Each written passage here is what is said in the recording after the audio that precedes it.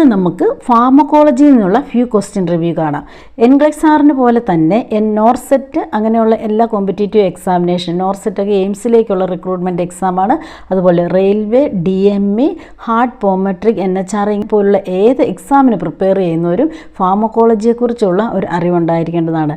എൻഗ്ലക്സ് ആറിന് മസ്റ്റായിട്ടും 12% questions pharmacology പാർട്ടിൽ നിന്നാണ്. ഈ ഫാർമക്കോളജിയാണ് മജോറിറ്റി ഓഫ് സ്റ്റുഡൻസിന് ഏറ്റവും ബുദ്ധിമുട്ട്. സോ നമുക്ക് വളരെ സിമ്പിളായിട്ട് ഓരോ സിസ്റ്റം വേസിൽ നമുക്ക് കാണാം. ഇന്ന് ഹെഡ് ഇഞ്ചുറി റിലേറ്റഡ് ആയിട്ടുള്ള medications, what are the reactions, complication, ഇതൊക്കെ ഈ മെഡിക്കേഷനോട് റിലേറ്റഡ് ആയിട്ട് വരുന്നതാണ്. നമുക്ക് ആദ്യത്തെ ക്വസ്റ്റ്യൻസ് കാണാം. The client with a head injury is experiencing increased intracranial pressure. The neurosurgeon prescribed mannitol. Which intervention should the nurse implement when administering the medication? Questions multiple times വായിക്കണമെന്നുണ്ട്. നമുക്ക് time limitation ഉള്ളതുകൊണ്ട് multiple times വായിക്കുന്നില്ല. But again ഇതിൻ്റെ എന്താണ് what they are asking അത് നമ്മൾ അറിഞ്ഞിരിക്കണം. A client with head ഇഞ്ചുറിയാണ്. He has increased intracranial pressure. Okay, the neurosurgeon prescribed mannitol ഒരു ഓസ്മോട്ടിക് ഡയററ്റിക്സ് ആണ്. ന്യൂറോസർജൻ പ്രിസ്ക്രൈബ് ചെയ്തു. Then which intervention should the nurse take, അതായത് എന്ത് ഇൻ്റർവെൻഷനാണ് നേഴ്സ് എടുക്കേണ്ടത്, എപ്പോഴാണ്, വെൻ അഡ്മിനിസ്ട്രിങ് ദ മെഡിക്കേഷൻ. ഇനി ഓപ്ഷൻസ് നോക്കാം. Monitor the client blood gas during administration. ABG check ചെയ്യുക. Do not administer if the client blood pressure is less than 90/60. Ensure that the client cardiac status is monitored by telemetry. Use a filter needle when administering the medication. ഇതാണ് options. Usually നമ്മൾ എന്താണ് ചെയ്യുന്നത്, eliminate ചെയ്യുകയാണ് ചെയ്യുന്നത്. അതുപോലെ തന്നെ നിങ്ങൾക്ക് eliminate ചെയ്യാവുന്നതാണ്. ബട്ട് എഗെയിൻ ആദ്യത്തെ ഓപ്ഷൻ മുതൽ നമുക്ക് നോക്കാം. Monitor the client ABG during administration. Mannitol ഒരു ഓസ്മോട്ടിക് ഡയററ്റിക്സ് ആണ്. ഈ മാനിറ്റോൾ കൊടുക്കുമ്പോൾ ABGയിലോ ഒന്നും യാതൊരുവിധ വ്യത്യാസങ്ങളും വരാറില്ല.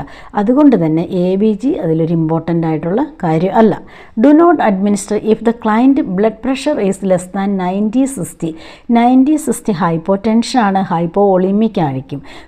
ഇങ്ങനെയുള്ള സിറ്റുവേഷനിൽ മാനിറ്റോൾ കൊടുക്കുന്നതിനൊരു കോൺട്രാ ഇൻഡിക്കേഷനും ഇല്ല. പക്ഷേ ഈ ഹൈപ്പോ ടെൻഷന്, അതായത് ഈ BP കുറവാണല്ലോ, ഇതിനുള്ള എന്തെങ്കിലും ട്രീറ്റ്മെൻറ്റ് ചെയ്യുക എന്നുള്ളത് ഇമ്പോർട്ടൻ്റ് ആണെങ്കിലും മാനിറ്റോൾ ഈ VPനെ അഫക്റ്റ് ചെയ്യുന്നില്ല. Ensure that the client cardiac status is monitored by telemetry വെച്ച് എപ്പോഴും കാർഡിയാക് സ്റ്റാറ്റസ് ചെക്ക് ചെയ്യേണ്ട ആവശ്യമില്ല. കാരണം BPയിലെ ABGയിലെ ഇങ്ങനെ ഒരു വ്യത്യാസങ്ങളും ഈ മാനിറ്റോൾ കാരണം വരാത്തത് കൊണ്ട് തന്നെ ഈ കാർഡിയാക് സ്റ്റാറ്റസിലും വലിയ വ്യത്യാസങ്ങളൊന്നും വരാറില്ല. ഇത് ഒരു ഓസ്മോട്ടിക് ഡയററ്റിക്സ് ആണ്. ലൂപ്പ് ഡയററ്റിക്സ് ആണെങ്കിൽ നമ്മൾ കുറച്ച് പ്രിക്കോഷൻസ് എടുക്കണം. ലൂപ്പ് ഡയററ്റിക്സ് ആണ് ലാസിക്സിൻ്റെ അണ്ടറിൽ വരുന്നത്. Use a filter needle when administering the medication. Mannitol ഒരു ഹൈപ്പർടോണിക് സൊല്യൂഷനാണ്. ഈ ഹൈപ്പർടോണിക് സൊല്യൂഷന് ക്രിസ്റ്റലൈസ് ആകാനുള്ള ഒരു ടെൻഡൻസി ഉണ്ട്. ഈ ക്രിസ്റ്റലൈസേഷൻ യൂഷ്വലി സൊല്യൂഷനിലോ അല്ലെങ്കിൽ നമ്മൾ ഉപയോഗിക്കുന്ന സിറിഞ്ചിലോ വരാൻ ചാൻസ് ഉണ്ട്. ഒരു ഫിൽറ്റർ വെച്ചില്ലെങ്കിൽ ഈ ക്രിസ്റ്റൽ ഡയറക്റ്റ്ലി പേഷ്യൻ്റെ ബ്ലഡിലേക്ക് പോകാനും അത് പിന്നെ കോംപ്ലിക്കേഷൻസിന് സാധ്യതയുള്ളത് കൊണ്ട് തന്നെ ഫിൽറ്റർ വെച്ച് മാത്രമാണ് മാനിറ്റോൾ അഡ്മിനിസ്റ്റർ ചെയ്യാവുള്ളൂ. സോ ദ ഓപ്ഷൻ 4, അതായത് use a filter needle when administering the മെഡിക്കേഷനാണ് ഇതിൻ്റെ കറക്റ്റായിട്ടുള്ള answer. The client with increased intracranial pressure is receiving mannitol. Mannitol ICPക്ക് റിസീവ് ചെയ്തുകൊണ്ടിരിക്കുകയാണ്. Which data would cause the nurse to hold the administration of this medication? അപ്പോൾ ഇത് താഴെ പറയുന്ന ഓപ്ഷനിൽ ഏതെങ്കിലും ഒരു ഓപ്ഷൻ, അതായത് ഒരു റിസ്ക് ഫാക്ടർ ഈ പേഷ്യൻ്റ് പറയുമ്പോഴാണ് നമ്മൾ ഈ മെഡിക്കേഷൻ ഹോൾഡ് ചെയ്യേണ്ട ആവശ്യമുള്ളൂ. അപ്പോൾ ഇതിൻ്റെ അകത്ത് ചോദിക്കുന്നത് ഇതിൽ ഏത് റിസ്ക് ഫാക്ടർ വന്നാലാണ് നമ്മൾ മെഡിക്കേഷൻ ഹോൾഡ് ചെയ്യേണ്ടത്. That means something seriously will affect the patient health. Okay, so നമുക്ക് നാലാമത്തെ തുടങ്ങാം. Serum creatine level is 1.8. 1.8 actually കൂടുതലാണ്. 0.7 എല്ലാത്തിൻ്റെ നോർമൽ വാല്യൂ അറിഞ്ഞിരിക്കണം. 0.7 to 1.4 mg/dl ആണ് നോർമൽ. 1.8 എന്നുള്ളത് കുറച്ച് ഹൈ ആണ്. അപ്പം ഈ ക്രിയാറ്റിനും ഈ മാനിറ്റോളും തമ്മിൽ യാതൊരു റിയാക്ഷനും വരാത്തത് കൊണ്ട് ക്രിയാറ്റിൻ ഹൈ ആണെങ്കിൽ അതിനുള്ള മാനേജ്മെൻറ്റ് എടുക്കുക, പക്ഷേ മാനിറ്റോൾ നിർത്തേണ്ട ആവശ്യമില്ല. സോ ബ്ലഡ് യൂറിയ നൈട്രജൻ 8 ആണ്. അപ്പോൾ 8 എന്ന് പറഞ്ഞാൽ 8 to 21 ആണ് നോർമൽ വാല്യൂ. ഇത് നോർമലാണ്. ബ്ലഡ് യൂറിയ നൈട്രജൻ കൂടുതലാണെങ്കിലും നമ്മൾ സ്റ്റോപ്പ് ചെയ്യേണ്ട ആവശ്യമില്ല. The urine osmolarity is 50 osmolarity per kg. 550 ആണ് പേഷ്യൻറ്റിൻ്റെ urine ഓസ്മോലാരിറ്റി.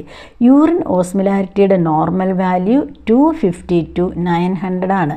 So 550 within normal limit ആണ്. That's why no need to discontinue mannitol, so we can continue.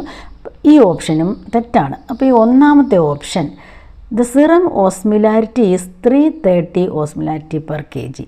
അപ്പോൾ സിറം ഓസ്മോലാരിറ്റിയുടെ നോർമൽ വാല്യൂ എത്രയാണ്? 275 to 300 ആണ്. ഈ പേഷ്യൻറ്റിന് 330 ആണ്. ദാറ്റ് മീൻസ് ഹൈ ആണ്. ഓക്കെ, സോ എഗെയിൻ ഒരു പേഷ്യൻറ്റ് മാനിറ്റോൾ കൊടുക്കുമ്പം ഈ ഓസ്മോലാരിറ്റി കുറച്ച് വ്യത്യാസം വരും. അപ്പോൾ മാനിറ്റോൾ കൊടുത്താൽ മാക്സിമം ഓസ്മോലാരിറ്റി കൂടാവുന്നത് 320 വഴിയാണ്. ഇതിൽ 330 ആയതുകൊണ്ട് ഓസ്മോലാരിറ്റി ഹൈ ആയതുകൊണ്ട് എന്ത് ചെയ്യണം? ഈ മെഡിക്കേഷൻ വിത്ത് ചെയ്യണം. സോ ഓപ്ഷൻ 1 ആണ്. അപ്പോൾ ഇതിൻ്റെ എല്ലാം നോർമൽ അറിഞ്ഞിരിക്കുക. 0.7 to 1.4, ദെൻ ഇത് 8 to 12 നോർമലാണ്. ദെൻ 550 യൂറിൻ ഓസ്മോലാരിറ്റി എന്ന് പറയുന്നത് 250 to 900 ആണ്. 275 to 300 ആണ്. ഓസ്മോലാരിറ്റി മാനിറ്റോൾ കൊടുക്കുമ്പോൾ 320 വരെ വരാൻ ചാൻസ് ഉണ്ട്. അപ്പോൾ ആൻസർ നമ്മൾ പറഞ്ഞതുപോലെ ഒന്നാമത്തെ ഓപ്ഷനാണ്, ഇൻക്രീസ്ഡ് യൂറിൻ ഓസ്മോലാരിറ്റി ആണ് answer. Third question, which discharge instruction should the emergency room nurse discuss with the client who has sustained A concussion. അതായത് ഡിസ്ചാർജ് ഇൻസ്ട്രക്ഷനാണ്. അപ്പോൾ എമർജൻസി റൂം നേഴ്സ് ഡിസ്കസ് ചെയ്യേണ്ട, പേഷ്യൻറ്റ് സ്റ്റിൽ കൺകഷനുണ്ട്, ഹെഡ് ഇഞ്ചുറിയുടെ വഴി വരുന്നതാണ്. Select all that apply. അപ്പോൾ head ഇഞ്ചുറിയുടെ ഒക്കെ ഒരു ലെവലൊക്കെ അറിയുന്ന ഒരു സ്റ്റേജൊക്കെ അറിയുന്നത് നല്ലതാണ്. ബട്ട് ഇതിൽ നിന്ന് ഒരു പേഷ്യൻറ്റ് ഡിസ്ചാർജ് ആയി പോകുമ്പോൾ, എപ്പോഴാണ് ഈ പേഷ്യൻറ്റ് സ്റ്റിൽ കൺകഷനുള്ളൊരു പേഷ്യൻറ്റിനെ ഡിസ്ചാർജ് ആയി പോകുമ്പോൾ എന്തെല്ലാമാണ് നമുക്ക് ഇൻസ്ട്രക്ഷൻ കൊടുക്കേണ്ടത്? Do not drink any type of alcoholic beverage until allowed by the health care physician. അതായത് ആൽക്കഹോൾ എടുക്കാൻ പാടില്ല. ഈ ആൽക്കഹോൾ എടുക്കാൻ പാടില്ല എന്നുള്ളത് ആക്ച്വലി ഒരു കറക്റ്റ് ഓപ്ഷനാണ്. കാരണം ഈ പേഷ്യൻറ്റിന് ഓൾറെഡി ബ്രെയിൻ ഇഞ്ചുറി ഉണ്ട്, കുറച്ചൊക്കെ ഇമ്പേർഡ് ബ്രെയിൻ ഫങ്ഷൻ ഉണ്ട്. അതിലൂടെ ആൽക്കഹോളും കൂടി എടുത്തു കഴിഞ്ഞിട്ടുണ്ടെങ്കിൽ ഈ ഇമ്പേർഡ് ബ്രെയിൻ ഫങ്ഷൻ കൂടുതൽ വേഴ്സ് ആവും. അതുകൊണ്ട് ഈ എന്തെങ്കിലും ബ്രെയിൻ ഇഞ്ചുറിയോ ന്യൂറോളജിക്കൽ ഇഷ്യൂ ഉള്ള ആൾ ആൽക്കഹോൾ എടുക്കാനേ പാടില്ല. അതായത് ഹെൽത്ത് കെയർ പ്രൊഫഷണൽ അലോ ചെയ്യുന്നവരെ എടുക്കാനേ പാടില്ല. ദെൻ ഇത് ചൂസ് ചെയ്യേണ്ട ഒരു ഓപ്ഷനാണ്.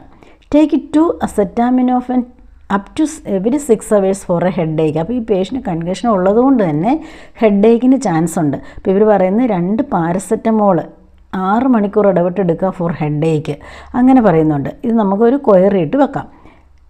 If experiencing a headache take 1 hydrocodone every 8 hours. അപ്പോൾ ഹെഡ് ഏക്ക് വന്നിട്ടുണ്ടെങ്കിൽ ഹൈഡ്രോകോഡോൺ എടുക്കുക എന്നാണ് പറയുന്നത്. ഹൈഡ്രോകോഡോൺ ഒരു നാർക്കോട്ടിക് അനാൽജസിക് ആണ്. ഈ നാർക്കോട്ടിക്സ് ഒരു കാരണവശാലും ഹെഡ് ഇഞ്ചുറി പേഷ്യൻറ്റിന് കൊടുക്കാൻ പാടില്ല. കാരണം നാർക്കോട്ടിക്സ് ന്യൂറോളജിക്കൽ സ്റ്റാറ്റസിനെ ഡിപ്രസ് ചെയ്യുന്നത് കൊണ്ട് ഈ ബ്രെയിൻ ഫങ്ഷൻ നമുക്ക് ഐഡൻറ്റിഫൈ ചെയ്യാൻ സാധിക്കില്ലാത്തതുകൊണ്ട് ഒരു കാരണവശാലും നാർക്കോട്ടിക്സ് കൊടുക്കരുത്. അത് എലിമിനേറ്റ് ചെയ്യുക. It is all right to take a couple of aspirin if experiencing headache. അപ്പോൾ ഹെഡ് ഏക്ക് എടുക്കുകയാണെങ്കിൽ 2 ആസ്പിരിൻ അതൊരു പെയിൻ കില്ലറായിട്ട് നമുക്ക് എടുക്കാം എന്നാണ് പറയുന്നത്. അതായത് പേഷ്യൻ്റ് എടുക്കാം എന്നാണ് പറയുന്നത്. അത് റൈറ്റ് ആണോ? ആസ്പിരിൻ ആണോ? Aspirin can lead to bleeding അല്ലേ? ആസ്പിരിൻ ബ്ലീഡിങ്ങിന് ചാൻസ് ഉണ്ട്. ഓൾറെഡി പേഷ്യൻറ്റിന് കൺകഷൻ ഉണ്ട്. സോ വീണ്ടും ഒരു ബ്ലീഡിങ് ചാൻസ് നമുക്ക് കൊടുക്കാൻ സാധിക്കില്ലാത്തതുകൊണ്ട് തന്നെ ആസ്പിരിൻ കൊടുക്കാൻ സാധിക്കില്ല. ഏതൊക്കെയാണ് നമ്മൾ എലിമിനേറ്റ് ചെയ്തത്? ഒന്നാമത്തെ നമ്മൾ ചൂസ് ചെയ്തു, രണ്ടാമത്തെ ക്വയറിയാണ്, 3 എലിമിനേറ്റ് ചെയ്തു, 4 എലിമിനേറ്റ് ചെയ്തു. Notify the health care profession if the medication does not relieve your head Ek.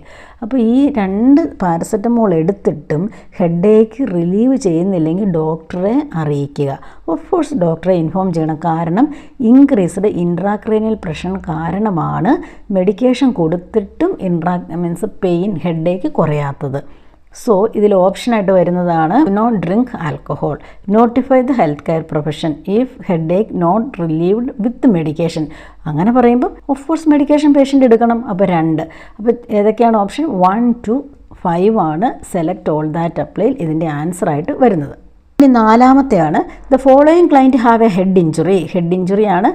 Which client should the nurse question administer medication mannitol. Select all that apply. അപ്പോൾ ഇവിടെ 1-2 പേഷ്യൻറ്റിന് എന്താണ് ഹെഡ് ഇഞ്ചുറി ഉണ്ട്. Client have head injury. അപ്പോൾ head injury വാർഡാണ്. Which client should the nurse question administration. അപ്പോൾ ഈ കാറ്റഗറിയിലുള്ള ഏതോ ഒരു ക്ലയൻറ്റിന് മാനിറ്റോൾ എടുക്കാൻ സാധിക്കുകയില്ല. അപ്പം നമ്മൾ അതേത് കാറ്റഗറിയാണ് എന്ന് നോക്കണം. First 34 years old client who is HIV positive. അപ്പോൾ HIV പോസിറ്റീവും മാനിറ്റോളും തമ്മിൽ എന്തെങ്കിലും കോൺട്രാ ഇൻഡിക്കേഷൻ ഉണ്ടോ എന്നാണ് നമ്മൾ അറിയേണ്ടത്. സോ HIV പോസിറ്റീവും മാനിറ്റോളും തമ്മിൽ കോൺട്രാ ഇൻഡിക്കേഷൻ ഇല്ലാത്തതുകൊണ്ട് തന്നെ ഈ പേഷ്യൻറ്റിന് കൊടുക്കാം. 84 year old client who has ഗ്ലൂക്കോമയുണ്ട്, അതായത് കണ്ണിൻ്റെ പ്രഷർ കൂടുന്നതാണ്. ഇതും കോൺട്രാ ഇൻഡിക്കേഷൻ അല്ല, ഗ്ലൂക്കോമയുള്ളത് കോൺട്രാ ഇൻഡിക്കേഷൻ അല്ല. സോ നമുക്ക് കൊടുക്കാം. 60 year old client who has cor pulmonale ഉള്ള പേഷ്യൻറ്റിന് കൊടുക്കാമോ?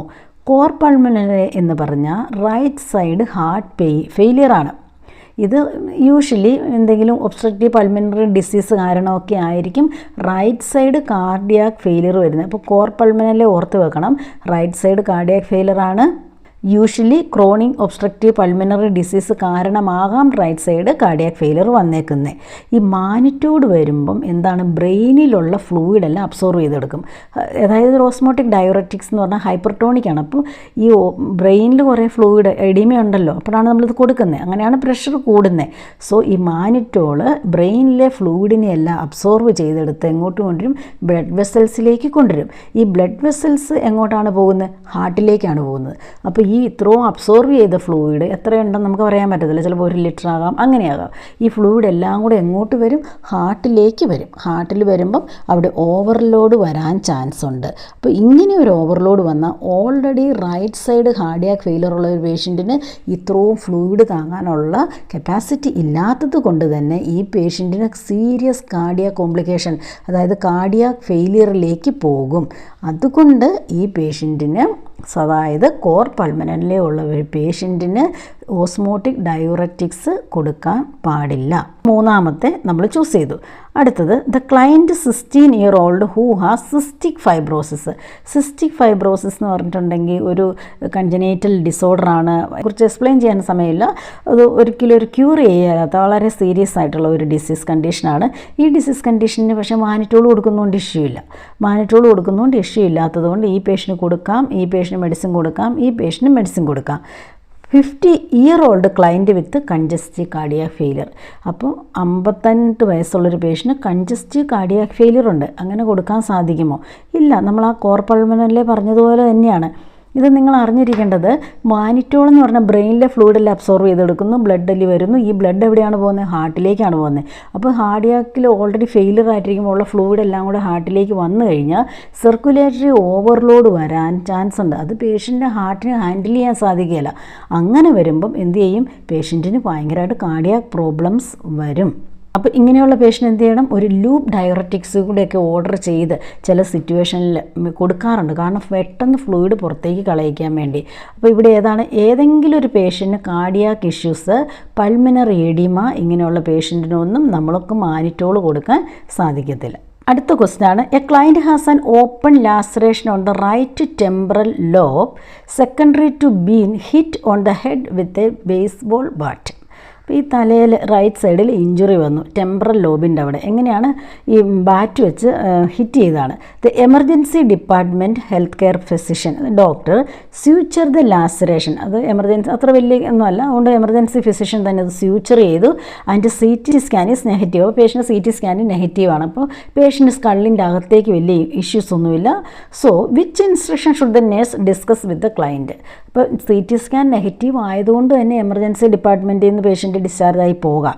ജസ്റ്റ് സ്യൂച്ചറിങ്ങിൻ്റെ ആവശ്യമുള്ളൂ. അപ്പോൾ ഈ ഒരു കാര്യം നമ്മൾ ഓർക്കണം, ഹെഡിൽ, അതായത് ബ്രെയിൻ എന്ന് പറഞ്ഞാൽ സ്കള്ളിൻ്റെ ബോണിൽ എവിടെയെങ്കിലും ഒരു ഇഞ്ചുറി വന്നാൽ ഹീലാകാൻ കുറേ താമസിക്കും. കാരണം അവിടെ സർക്കുലേഷൻ കുറവാണ്, അതുകൊണ്ടാണ്. അപ്പോൾ കുറേ കാലം ആൻറ്റിബയോട്ടിക്സ് ഒക്കെ ഇടണം.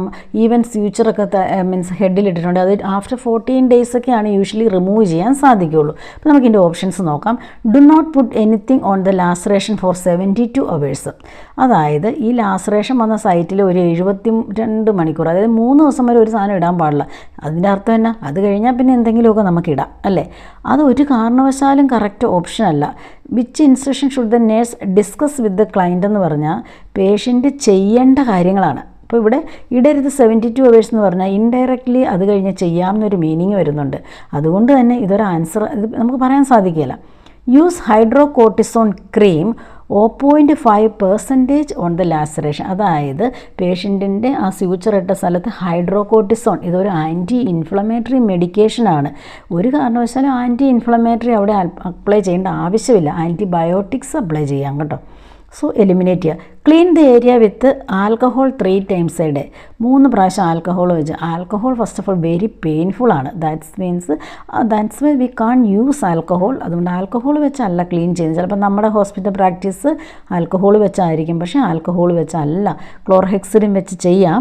ക്ലോർഹെക്സിഡിൻ്റെ അകത്ത് വളരെ മിനിമം എമൗണ്ട് ഓഫ് ആൽക്കഹോളേ ഉള്ളൂ. 0.5 ആണ് ക്ലോർഹെക്സിഡിനിലെ ആൽക്കഹോൾ. ഓക്കെ, സോ ആൽക്കഹോൾ വെച്ചല്ല. കള്ളിൻ്റെയൊക്കെ യൂഷ്വലി സോപ്പ് ആൻഡ് വാട്ടർ വെച്ച് ചെയ്യാവുന്നതാണ്. ക്ലീൻ ആയിട്ടിരിക്കുക എന്നുള്ളത് മാത്രമാണ്. Apply topical antibiotic ointment to the sutured area. Of course topical antibiotic ഏതെങ്കിലും ബെറ്റാഡിൻ യൂഷ്വലി യൂസ് ചെയ്തില്ല. ബെറ്റാഡിൻ ഫ്രീ ആണ്. കാരണം ബെറ്റാഡിൻ എന്താണ്, എനറോബിക് കൊളോണൈസേഷൻ, അതോടൊപ്പം തന്നെ ഗ്രാം നെഗറ്റീവ് കൊളോണൈസേഷൻ ലൈക്ക് സ്യൂഡോമോണാസിനൊക്കെ ഗ്രോത്ത് ഉള്ളതുകൊണ്ട് ഇപ്പോൾ മോസ്റ്റ് ഓഫ് ദ ഹോസ്പിറ്റലിൽ ബെറ്റാഡിൻ ഫ്രീ ഹോസ്പിറ്റൽസ് ആണ്. സോ T-Bact, അതായത് മ്യൂപ്രോസിൻ അങ്ങനെയുള്ള ഓയിൽമെൻറ്റൊക്കെയാണ് യൂഷ്വലി യൂസ് ചെയ്യുന്നത്. അപ്പോൾ ഈ 4ാമത്തെയാണ് കറക്റ്റ് ഓപ്ഷൻ. അടുത്ത question, a client with a head injury is ordered CT scan of the head with contrast dye. അപ്പോൾ CT സ്കാൻ ഓർഡർ ചെയ്തു. ഇതെല്ലാം ഹെഡ് ഇഞ്ചുറിയെക്കുറിച്ചാണ്. അപ്പോൾ ഇത്രയും ക്വസ്റ്റ്യൻസ് നിങ്ങൾ ഹെഡ് ഇഞ്ചുറിയെക്കുറിച്ചുള്ള ഓൾമോസ്റ്റ് എല്ലാം കവറപ്പ് ആവും. അപ്പോൾ നിങ്ങൾക്ക് ഈസി ആയിട്ട് എക്സാം അപ്പിയർ ചെയ്യാവുന്നതാണ്. Then, which statement by the client warrant immediate intervention? Select all that, apply. I take atenolol for my high blood pressure. I am allergic to many fishes. I get nauseated whenever I take aspirin. I am taking metformin for my diabetes. I had about 3 beer before I fell and hit my head. അതായത് പെട്ടെന്ന് തല വന്ന് ഇടിച്ചതൊക്കെയാണ്, അങ്ങനെയാണ് head injury വന്നത്. പക്ഷേ ഈ head injury വരുന്നതിന് ഇപ്പുറം ഞാൻ 3 ബിയർ എടുത്തിരുന്നു. ഇതൊക്കെയാണ് അവരുടെ കോൺട്രാ ഇൻഡിക്കേഷൻ ആണോ? അതായത് ഈ കോൺട്രാസ്റ്റ് ഡൈ, ഈ ഡൈ ഇതിലേതോ ഒരു കാര്യമായിട്ട് കോൺട്രാ ഇൻഡിക്കേറ്ററാണ്. ആ കാര്യം ഏതാണെന്നാണ് നമ്മൾ ഇവിടുന്ന് ഫൈൻഡ് ഔട്ട് ചെയ്യേണ്ടത്. ആദ്യത്തെ നോക്കാം. I take atenolol for my high blood pressure. ഇതൊരു ബീറ്റ ബ്ലോക്കർ ആൻറ്റി ഹൈപ്പർടെൻസീവ് മെഡിക്കേഷനാണ്. Beta blocker antihypertensive medication. ഇതൊരു കാരണവശാലും ഈ ഡൈ ആയിട്ടൊരു കോൺട്രാ ഇൻഡിക്കേഷനോ ഒരു റിയാക്ഷനോ ഒന്നും ഇല്ലാത്തത് കൊണ്ട് തന്നെ നോ പ്രോബ്ലം ഡൈ കൊടുക്കാവുന്നതാണ്. I am allergy to many type of fish. കുറേ ഫിഷായിട്ട് അലർജിയാണ്. ഏത് ഫിഷാണെന്നൊന്നും ഐഡൻറ്റിഫൈ ചെയ്തിട്ടില്ല. പക്ഷേ നമ്മളപ്പോൾ സ്റ്റോപ്പ് ചെയ്യണം. കാരണം ചില ഫിഷിൽ, അതായത് ഷെൽ ഫിഷ് ഇങ്ങനെയുള്ള ഫിഷിലൊക്കെ അയഡിൻ ഒരുപാടുണ്ട്. അപ്പോൾ ഈ എല്ലാ ടൈപ്പുള്ള മോസ്റ്റ് ഓഫ് ദ ഫിഷിന് എനിക്ക് അലർജി എന്ന് പറഞ്ഞാൽ ഇനി ആ ഫിഷും അലർജി ആണെങ്കിലോ അപ്പോൾ അയഡിനും അലർജി ആയിരിക്കും. ഈ ഡൈ എന്ന് പറയുന്ന അയഡിൻ ആണ്. സോ അതുകൊണ്ട് ഇത് നമ്മൾ കൊടുക്കാൻ പാടില്ല, സ്റ്റോപ്പ് ചെയ്യണം. Select all that apply. അപ്പോൾ ഇനിയും ഓപ്ഷൻസ് കാണും. I get nauseated whenever I am taking aspirin. ഇവിടെ പറയേണ്ട ഒരു കാര്യമേ ഇല്ല. ആസ്പിരിനെ കുറിച്ച് നമ്മളിവിടെ ചോദിച്ചിട്ടില്ല. പിന്നെ എന്തിനാണ് ഈ ആസ്പിരിൻ ഇവിടെ എടുത്തിട്ടത്? അതിവിടെ ഒരു പ്രോബ്ലവും ഇല്ല. അപ്പം നമുക്ക് ഇത് എലിമിനേറ്റ് ചെയ്യാം. I am taking metformin for my diabetes. അപ്പോൾ ഡയബറ്റീസിനുള്ള മെഡിക്കേഷനാണ് മെറ്റ്ഫോമിൻ. അത് എടുക്കുന്നുണ്ട് എന്നുള്ളതാണ് പറയുന്നത്. അപ്പോൾ ഇങ്ങനെ ഒരു സിറ്റുവേഷൻ വരുമ്പം ഈ മെറ്റ്ഫോമിൻ ആക്ച്വലി പല സിറ്റുവേഷനും മെറ്റ്ഫോമിൻ എടുക്കാൻ സാധിക്കില്ല. ഒരു സിറ്റുവേഷൻ ഞാൻ പറയാം. ആൽക്കഹോൾ, മെറ്റ്ഫോമിൻ എടുത്തിട്ട് ആൽക്കഹോൾ എടുക്കാൻ പാടില്ല. അത് ലാക്റ്റിക് ആസിഡ് അക്യുമുലേഷൻ വന്നിട്ട് പേഷ്യൻറ്റ് ഷോക്കിൽ പോയൊക്കെ മരിക്കും. അപ്പോൾ പക്ഷേ ഇതിനെക്കുറിച്ച് പല പേഷ്യൻറ്റും അറിയില്ല. അപ്പോൾ മെറ്റ്ഫോമിൻ എടുക്കുന്നവർ ആൽക്കഹോൾ എടുക്കാൻ പാടില്ല. അതൊന്നാമത്തെ കാര്യം. രണ്ടാമത്തെ കാര്യം, മെറ്റ്ഫോമിൻ എടുക്കുന്ന ആൾക്ക് അയഡിൻ സാധിക്കുമോ എന്നുള്ളതാണ്. ഈ അയഡിൻ ഒരു കോൺട്രാസ്റ്റാണ്. ഈ അയഡിൻ കൊടുക്കുമ്പോൾ മെറ്റ്ഫോമിൻ കിഡ്നി കൂടെ എക്സ്ക്രീറ്റ് ചെയ്ത് പോകാതെ ബ്ലഡിൽ തന്നെ അതിൻ്റെ ടോക്സിക് ലെവൽ വരുന്നത് കൊണ്ട് ഇത് വീണ്ടും കിഡ്നീനെ ഫർദർ ഡാമേജിലേക്ക് കൊണ്ടുപോകുന്നതായിരിക്കും. അതുകൊണ്ട് മെറ്റ്ഫോമിൻ എടുക്കുന്ന ഒരാൾക്ക് അയഡിൻ എടുക്കാൻ സാധിക്കുകയില്ല. ഇനി ഒരു അയഡിൻ കോൺട്രാസ്റ്റ് CT ചെയ്യണമെങ്കിൽ മെറ്റ്ഫോമിൻ നിർത്തി 2 ദിവസം കഴിഞ്ഞതിന് ശേഷം മാത്രമാണ് എടുക്കാൻ സാധിക്കുന്നത്. അപ്പം നമ്മൾ ഈ 2ഉം 4ഉം ചൂസ് ചെയ്തു. ഇനിയുണ്ടോ നോക്കാം. I had about 3 beer. ഈ ബിയർ കുടിച്ചു. ഈ ആൽക്കഹോളും ഈ കോൺട്രാസ്റ്റ് അയഡിൻ തമ്മിൽ ഒരു ഇഷ്യൂസും ഇല്ലാത്തതുകൊണ്ട് നമുക്ക് അതും ഇഷ്യൂ അല്ല. അതായത് ഓൾറെഡി 3 എണ്ണം ഇതിന് മുമ്പ് എടുത്തു എന്നാണ് പറയുന്നത്. പക്ഷേ ഇൻട്രാക്രൈനൽ പ്രഷറൊക്കെ കൂടുതലാണെങ്കിൽ നമുക്ക് എടുക്കാൻ പേഷ്യൻറ്റിന് അഡ്വൈസ് ചെയ്യാൻ സാധിക്കില്ല. ബട്ട് എഗെയിൻ ഇതിപ്പോൾ ഈ സിറ്റുവേഷനിൽ ഇതൊരു പ്രോബ്ലം അല്ല. അപ്പം നമ്മുടെ ഓപ്ഷൻസ് 2 and 4. അടുത്ത question, the nurse is preparing to administer medication to the following client. ഇപ്പോൾ താഴെ പറയുന്ന കുറേ ക്ലയൻറ്റിന് മെഡിക്കേഷൻ കൊടുക്കാൻ പോവാണ്. Which client should the nurse question administering. അപ്പോൾ ഈ ഒരു സിറ്റുവേഷനുള്ള ഏത് ക്ലയൻറ്റിനാണ് മെഡിക്കേഷൻ കൊടുക്കുമ്പോൾ നമ്മൾ ക്വസ്റ്റ്യൻ ചെയ്യേണ്ടത് എന്നാണ് ചോദ്യം. First option, furosemide to a client with serum potassium level of 4.2. അതായത് 4.2 ഉള്ളൊരു പേഷ്യൻറ്റ് ലാസിക്സ് കൊടുക്കുമ്പോൾ നമ്മൾ ക്വസ്റ്റ്യൻ ചെയ്യണോ? ഒരാവശ്യമില്ല. കാരണം പൊട്ടാഷ്യം നോർമൽ റേഞ്ചിലാണ്. പൊട്ടാഷ്യം എത്രയാണ്? 4.5 വരെ നോർമലാണ്. ഇത് 4.2 ആണ്. വിതിൻ നോർമൽ റേഞ്ചാണ്. No issues. Mannitol to a client with serum osmolarity 280. അപ്പോൾ നമ്മൾ സിറം ഓസ്മിലാരിറ്റി നമ്മൾ ഓൾറെഡി പറഞ്ഞായിരുന്നു 275 to 300 നോർമലാണ്. അപ്പോൾ ഇതും ക്വസ്റ്റ്യൻ ചെയ്യേണ്ട. Digoxin to a client with digoxin level of 2.4 mg/dl. Okay, അപ്പോൾ ഡിജോക്സിൻ ലെവൽ കൂടുതലാണോ എന്നാണ് നമ്മൾ അറിയേണ്ടത്. അപ്പോൾ ഡിജോക്സിൻ്റെ നോർമൽ ലെവൽ 0.82 ആണ്. ഇവിടെ 2.4 ഉണ്ട്. That means digoxin level high ആണ്. അപ്പോൾ ഡിജോക്സിൻ്റെ ലെവൽ ഹൈ ആയതുകൊണ്ട് തന്നെ നമ്മൾക്കിത് കൊടുക്കാൻ സാധിക്കുകയില്ല. ഇത് നമ്മൾ ക്വസ്റ്റ്യൻ ചെയ്യണം. ഓക്കെ, ഇത് കാർഡിയാക് ഗ്ലൈക്കോസിഡാണ്. ഡിജോക്സിൻ്റെ ആക്ഷൻ ഒന്നും ഇവിടെ പറയുന്നില്ല. അത് കാർഡിയാക്കിൻ്റെ പഠിക്കുമ്പോൾ നമുക്ക് എക്സ്പ്ലെയിൻ ചെയ്യാവുന്നതാണ്. Phenytoin to a client with a phenytoin level of 14 μg/dl. അപ്പോൾ ഫെനിറ്റോയിൻ്റെ നോർമൽ വാല്യൂ എന്ന് പറഞ്ഞാൽ 10 to 20 ആണ്. അപ്പോൾ കുറേ നോർമൽ വാല്യൂ അറിഞ്ഞിരിക്കണം.